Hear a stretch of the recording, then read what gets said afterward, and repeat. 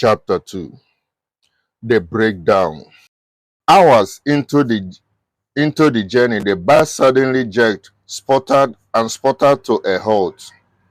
The driver muttered curses under his breath as he stepped out to inspect the engine. The passengers woke up one by one, muttering complaints. They are stranded in the middle of nowhere, surrounded by nothing but thick darkness and distant sounds of crickets. "Oh, not again," the driver shouted from outside.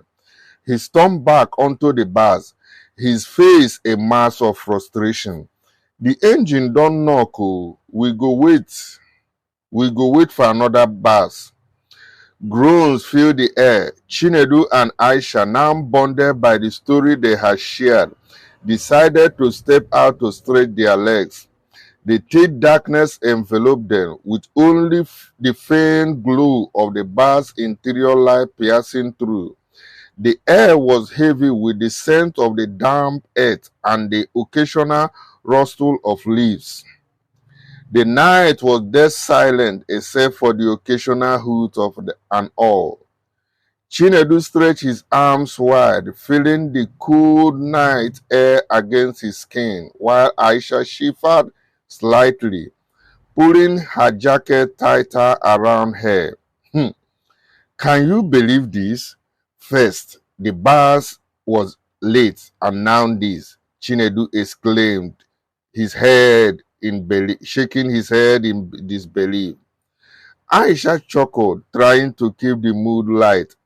"At least we have a story to tell our friends. I can't but imagine the looks on the faces of my friends when I tell them of this our encounter." They wandered a little bit far from the bus, joking about the absurdity of the situation. Chinedu tried to lighten the mood by mimicking the driver's frustrated outbursts, earning a giggle from Aisha. "The engine don't knock," he exclaimed, waving his arms dramatically.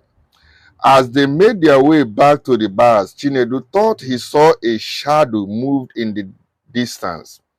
He shook his head, dismissing it as a trick of the light, but couldn't shake off the feeling of being watched. They noted the driver and the conductor deep in conversation, their faces tense, showing their faces tense. Something was off.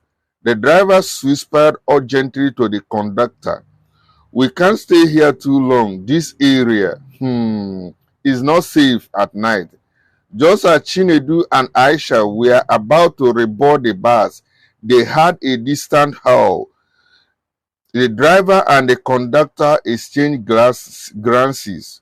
"We need to move now," the driver said, his voice trembling.